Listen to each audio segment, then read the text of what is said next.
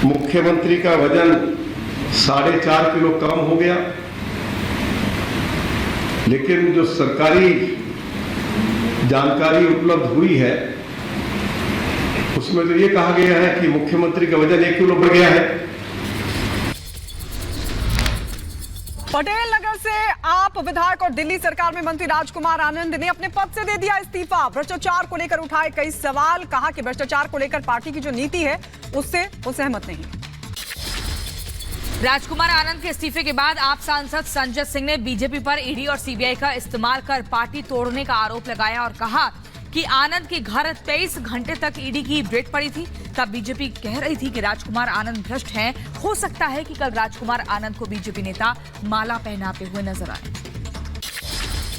राजकुमार आनंद के आम आदमी पार्टी से अलग होने पर तरुण चुग ने आप पर बोला हमला और कहा कि आपके अंदर लोग महसूस कर रहे हैं घुटन। नई सुबह और परिवर्तन के नाम पर आए लोग भ्रष्टाचार की जननी बनकर खड़े हैं। तो वहीं बांसुरी स्वराज ने कहा कि 2010 से अरविंद केजरीवाल के सहयोगी रहे राजकुमार आनंद की आत्मा जाग उठी है।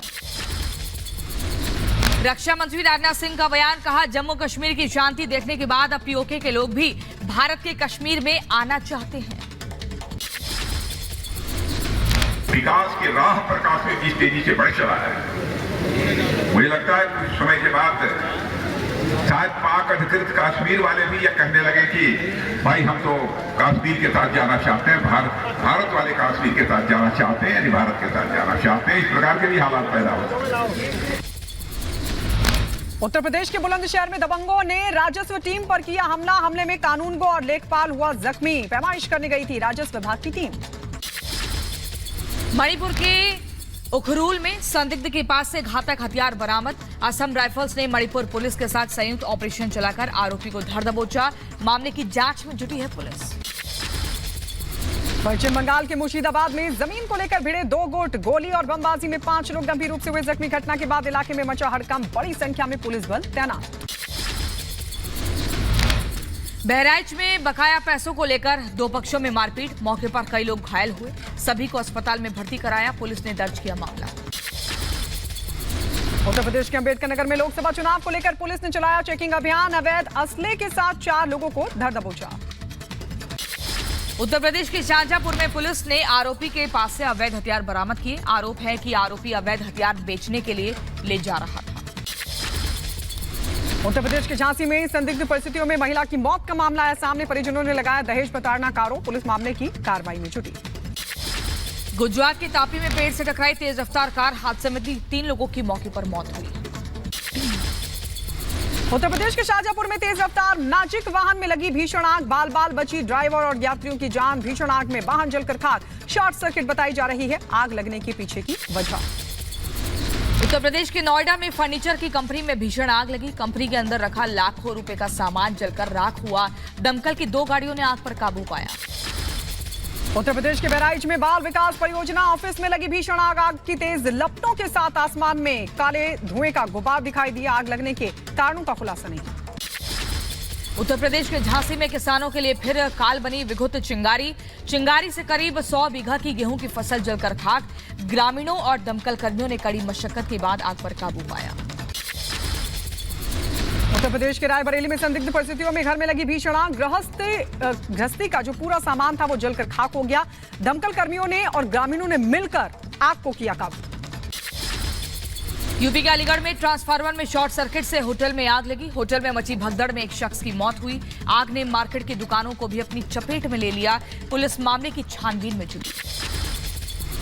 तमिलनाडु के तिरुमंगलम में कार और बाइक की हुई भीषण टक्कर। एक ही परिवार की 4 सदस्यों समेत 5 लोगों की मौत। सड़क हादसे का 30 सेकंड का वीडियो भी हुआ वायरल। सफलता हासिल हुई है। जो जानकारी है वो बताई जा रही है। पुलवामा में एक आतंकी ढेर कर दिया गया है। सेना का बड़ा एक्शन देखने को मिला है। सुबह से मुठभेड़ जारी थी और इस मुठभेड़ में एक बड़ी सफलता यहां पर हासिल हुई है। एक आतंकी को ढेर कर दिया गया है। जम्मू कश्मीर के पुलवामा से इस वक्त ये बड़ी खबर।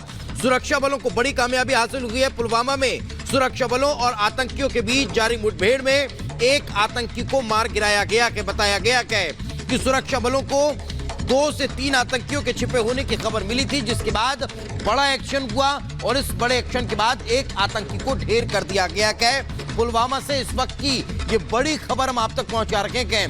सेना को आतंकी का शव भी मिल चुका है। और चलिए इस बीच अगली बड़ी खबर आपको बता दें, केजरीवाल की याचिका पर सुप्रीम कोर्ट में सुनवाई अब होगी 15 अप्रैल को। 15 अप्रैल को सुनवाई होगी। हाईकोर्ट की फैसले को दी गई है चुनौती। ये बड़ी खबर आपको बता रहे हैं। जमानत याचिका दायर की गई थी और इसके चलते इससे पहले हाईकोर्ट से बड़ी फटकार केजरीवाल को लगी थी। हाईकोर्ट ने साफ तौर पर कहा था कि केजरीवाल के लिए कोई विशेषाधिकार या विशेष सहूलियत नहीं दी जा सकती है। बाकी कैदियों की तरह ही केजरीवाल के मामले को भी देखा जाएगा। कोई स्पेशल ट्रीटमेंट नहीं दिया जा सकता। और इसी को चैलेंज किया था अरविंद केजरीवाल द्वारा सुप्रीम कोर्ट में। इससे पहले हालांकि स्पेशल बेंच को गठित करने के लिए भी कहा था, जिसको लेकर सुप्रीम कोर्ट ने मना कर दिया था, इनकार कर दिया। लेकिन अब इस मामले में 15 अप्रैल को सुनवाई होगी।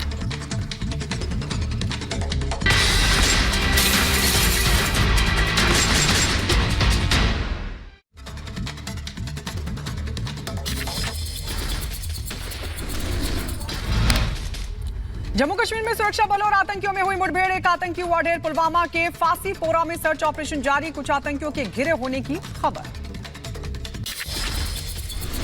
आतंकियों की खबर मिलने के बाद सेना ने शुरू किया तलाशी अभियान। पुलवामा के इलाकों को सेना के जवानों ने सील किया।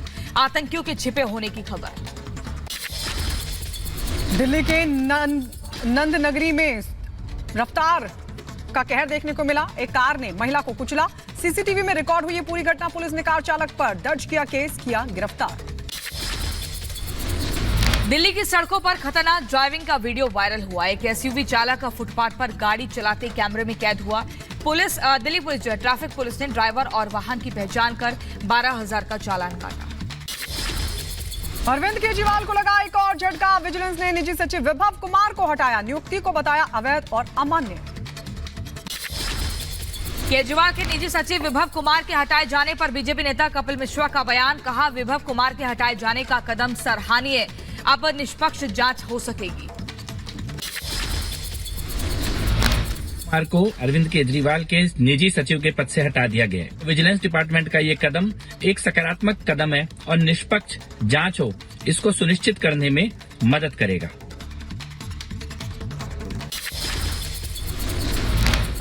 मुजफ्फरनगर में विपक्ष पर जमकर बरसे सीएम योगी आदित्यनाथ। मुख्तार अंसारी का नाम लिए बिना समाजवादी पार्टी माफिया को समाजवादी पार्टी की तरफ से संरक्षण दिए जाने पर बोला हमला। कहा कि पहले समाजवादी पार्टी को लेकर भी उन्होंने निशाना साधा और साथ ही कहा कि पहले जब माफिया रोड से गुजरता था तो कर्फ्यू लग जाया करता था, नेताओं की गाड़ियों को रोक दिया जाता था।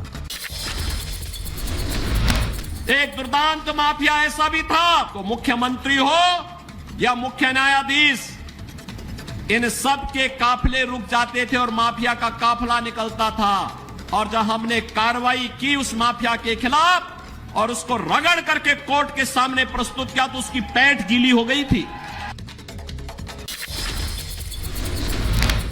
यूपी के संभल में रक्षा मंत्री ने सपा पर बोला हमला। का समाजवादी पार्टी कर रही सोमवार से रविवार तक उम्मीदवार बदलने का काम। 2024 के बाद हो जाएगी पूरी तरह से समाप्त। इस समय समाजवादी पार्टी पर कोई काम नहीं है। समाजवादी पार्टी केवल एक काम कर रही है,